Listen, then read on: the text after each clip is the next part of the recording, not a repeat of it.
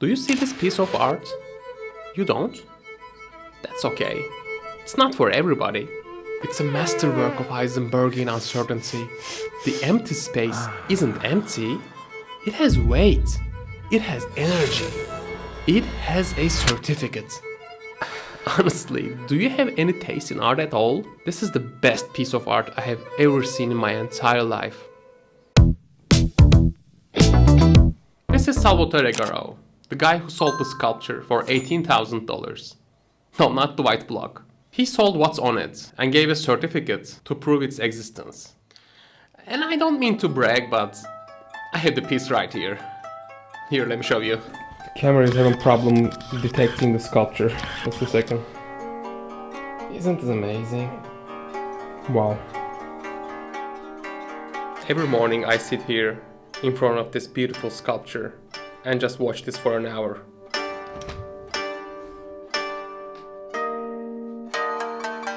And yeah, it's the original. Here, I even have the certificate for it. It also came with instructions, but I was so excited to receive this package. I just tipped the delivery guy $100 for such careful delivery and just went straight to installing it. Let's see what does it say under the instructions. Sorry. The work must be exhibited in a private room. Okay. It must occupy a 5 by 5 foot space free from obstruction. At this moment, he knew. 5 by 5. Just a second. What? Oh my god, no!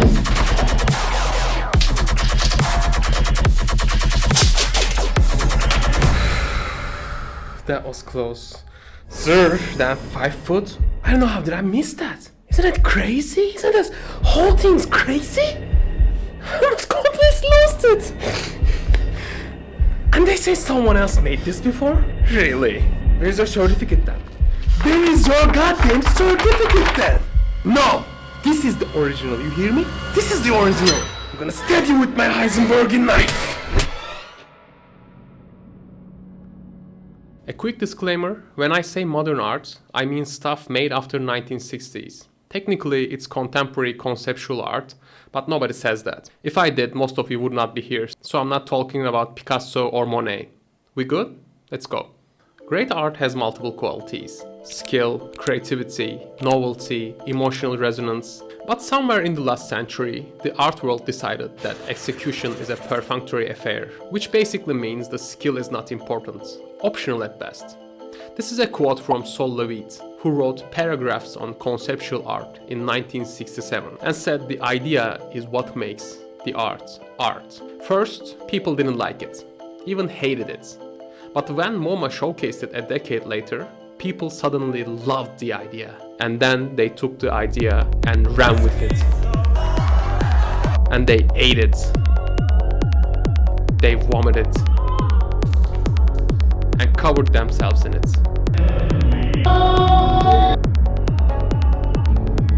And even covered it in shit and canned it. So this baldy is the reason we get to see someone smacking a pile of butter with a chain.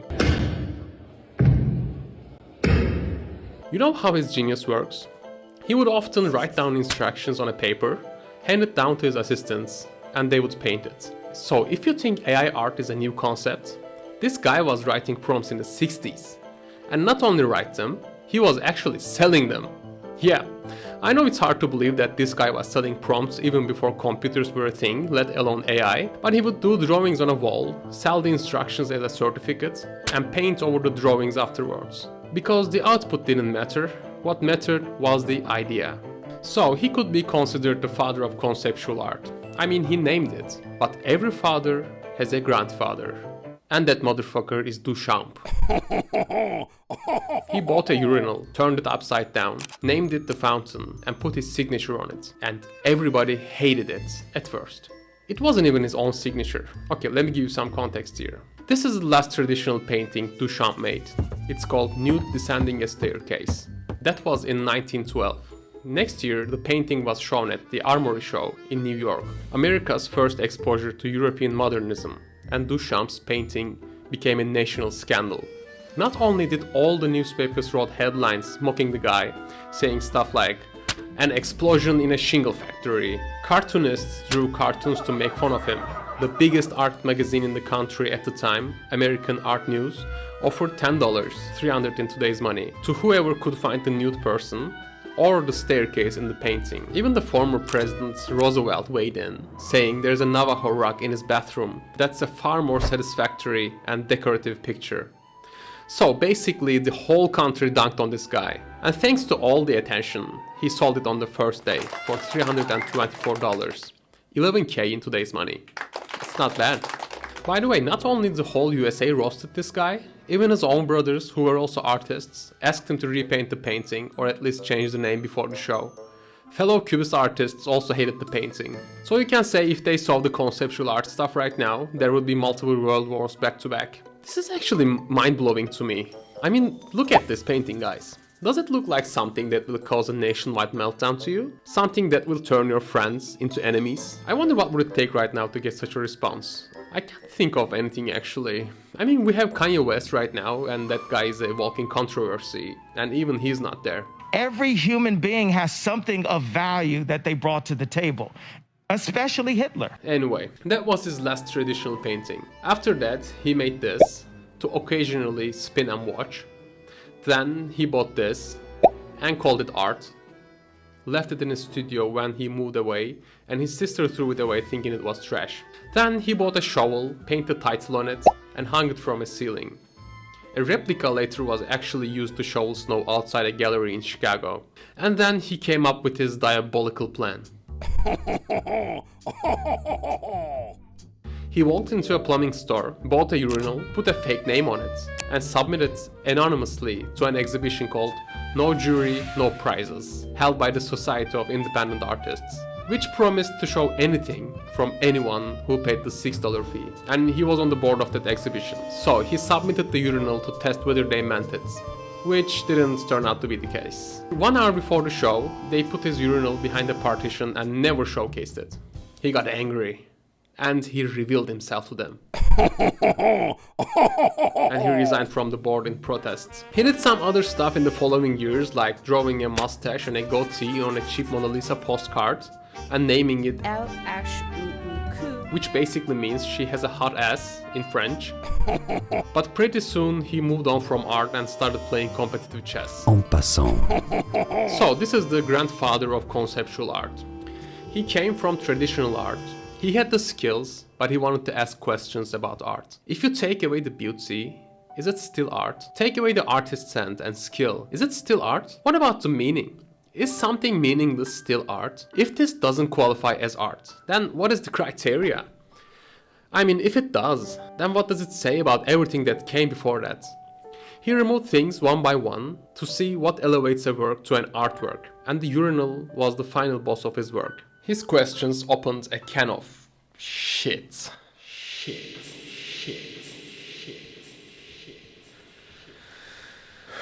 After almost 100 years of being ridiculed by a whole nation, in 2004, a poll of 500 art world figures voted The Fountain the most influential artwork of the 20th century, beating Picasso's Les Demoiselles d'Avignon, Les Demoiselles.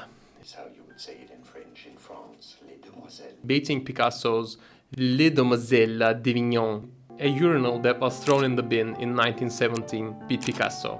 And nobody stopped to ask if that meant the urinal was great, or if the way we measure greatness is broken. And the art world already transformed into God knows what, to be honest.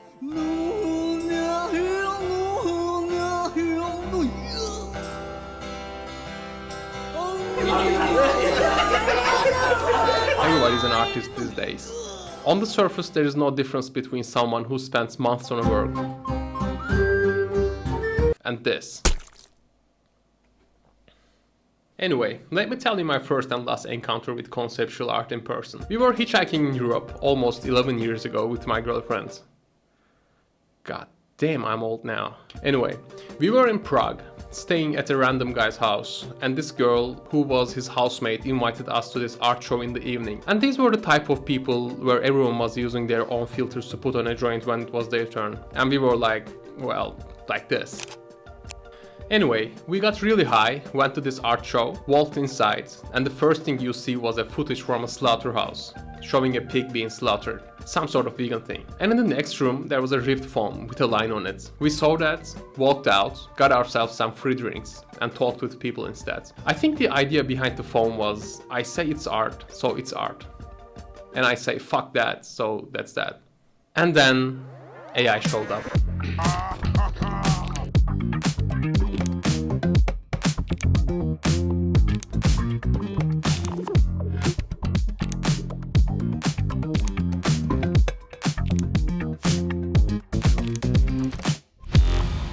After years of preaching, just the idea matters, you don't need skills, execution.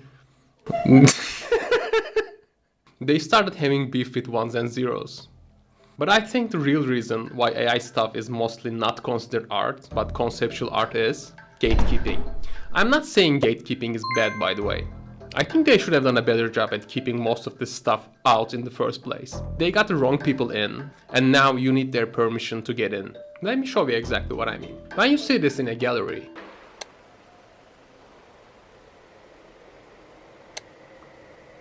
oh, it's the light that's the art.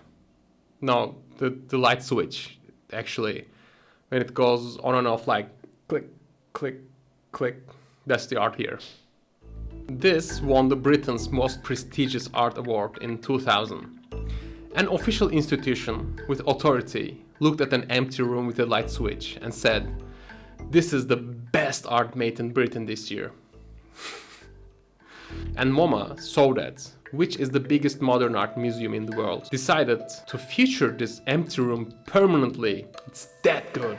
Now, if you walk into MoMA with a narrator and she gives you 1,000 reasons why this is not just art but one of the best, you might think, oh, I must be missing something. I mean, they put it here, people pay big money to buy this stuff and even pay money to come see this, so apparently I don't get it. And the artist would probably come in his pants on the spot if he knew you were thinking that. They love when you feel stupid. Now, remove the gallery setting, you go to a friend's house, and he goes, "I've been working hard on something really hard for the last 2 years. Let me show you. I think you're gonna really love this. Check this out."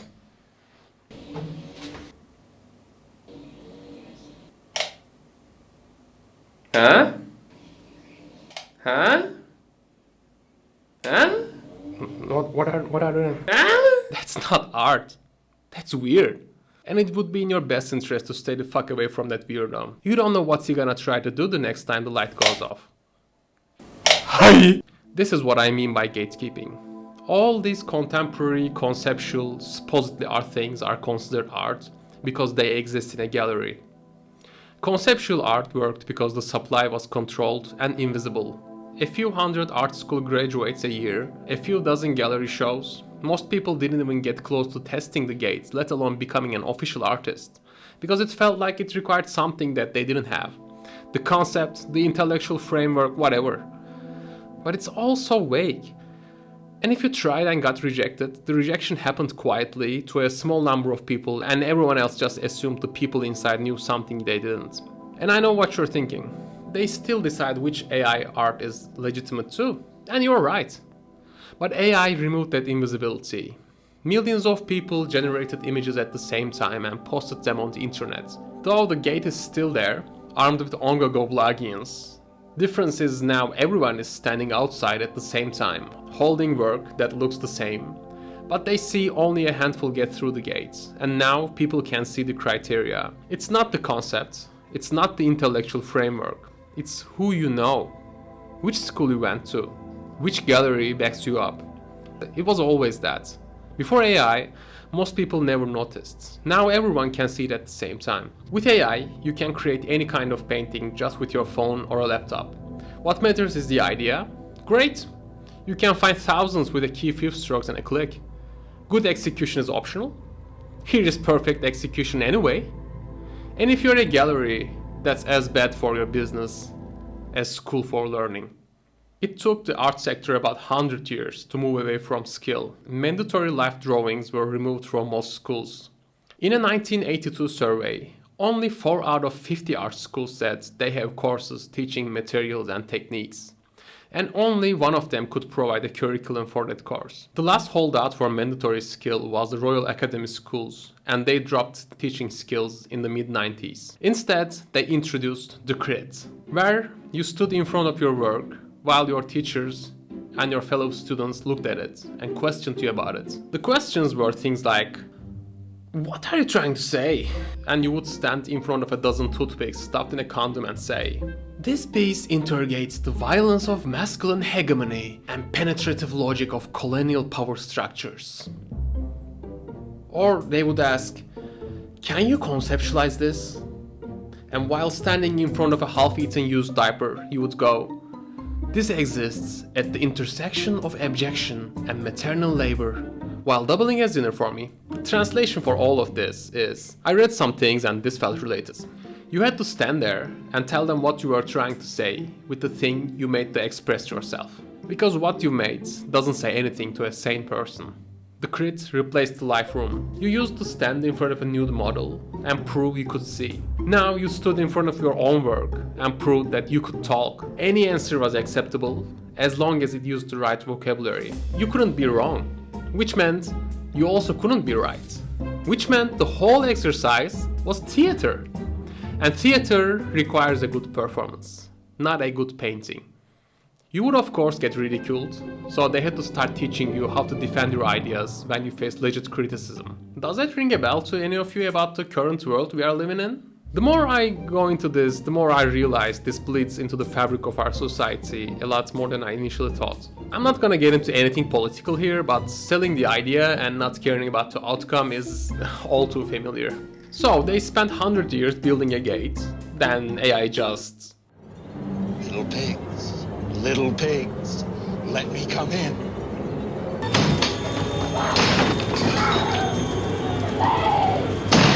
Here's Johnny. The same people who told us the idea is everything, execution is optional, skill is overrated, suddenly had a problem with a machine that generates infinite ideas with perfect execution for $20 a month. Not because the work was bad. They don't have a problem with bad work, as you know by now.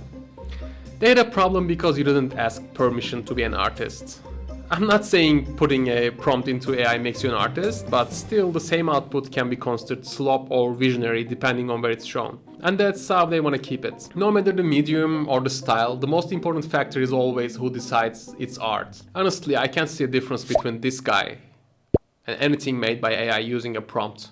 This is the wealthiest living artist right now. He had his assistants made 1500 of these. And even said, the best spot painting you can have by me is one painted by her, referring to one of his assistants. You wanna know how this guy became so famous? His teacher called Saatchi to their school one day, along with other very rich people. Hearst got along with Saatchi. Saatchi gave him an open check to fund his work. If you don't know who Saatchi was, he owned the biggest advertising company in the world. His profession was literally making things seem more valuable than they actually are. The wealthiest living artist was made by the most famous salesman. Normally, if you sell something and say it's worth more than it actually is, that's false advertising. Unless you call it art, then it's a gallery. And also a brilliant way to write off your taxes. Which I'm not even mad about. If there's a bigger scam than art galleries, it's the amount of taxes we have to pay, which I'm definitely mad about. And watch what's already happening right now. Private ateliers were already on the rise in the last 2 decades. That's where they teach technical skills. And the film studios, gaming studios, etc. need these people. The number of ateliers grew from 14 to 76 between 2002 and 2018. Art schools removed the crafts and people started choosing these instead every year. In ateliers, you would actually learn skills. Unlike an art school that teaches you pseudo-profound bullshit and convoluted ideas that only gets you into pointless arguments instead of a job. And the art market has quietly started valuing skill and crafts again. Visible brush strokes, faces, things that you can tell a human made. They are calling it neo-figurative, a response to digital saturation, which means the thing they spent 100 years removing is now the only thing that proves that you are a human and it's valuable again. Finally, what were you guys thinking? Glad you came to your senses. Actually, it's not about craft per se. It's about the indexical traces of human presence in a post-digital ontology. I wouldn't be surprised if they completely flipped actually, because it was never about the art in the first place. Next decade they'll decide something else matters. They always do. But through all of this, Duchamp actually had a point. The question was real. What makes something art? That's worth asking in my opinion. The problem is the answer they landed on was whatever we say. For me, the art comes from the unknown. It's there somewhere you don't know, and somehow you reach out and bring it into existence. Something flows through you into material world from the void. Just comes to life and you don't know how exactly you did it. Like an athlete performing at the highest level without putting in any thought into it. I also don't agree with the whole art needs suffering thing. We all suffer from different things at different levels. Not all of us are artists though. Also, I'm not saying you shouldn't need to explain an art piece to be understood as intended, but I'm definitely saying you shouldn't need to tell the janitor to not throw away your art piece in the trash because it genuinely looks like trash. My other theory on why they went this way and lowered the bar on what counts as art, regardless of their skill, is, well, there was this Austrian guy who got rejected from an art school and it really didn't work out for anyone. When I see a banana taped to a wall selling for millions, and not just once, twice, it feels so fucking stupid. I just want to lay down on the floor and never get up again. But that actually shows how good the system works for them. Remove the skill and the output, the only objective measures, and you are the only one able to put a price tag. In fact, any price tag on anything. And I don't think that will change anytime soon. Mediums will change, styles will change, but you will always need permission unless you bring eyes to your work yourself. Which is one of the biggest positives of social media. It takes a lot of work, takes a long time. And the only guarantee is you'll be stressed and depressed until you make it. And feel like an imposter after you made it. But it's still better than having to deal with this pretentious, spoiled, narcissistic cunt.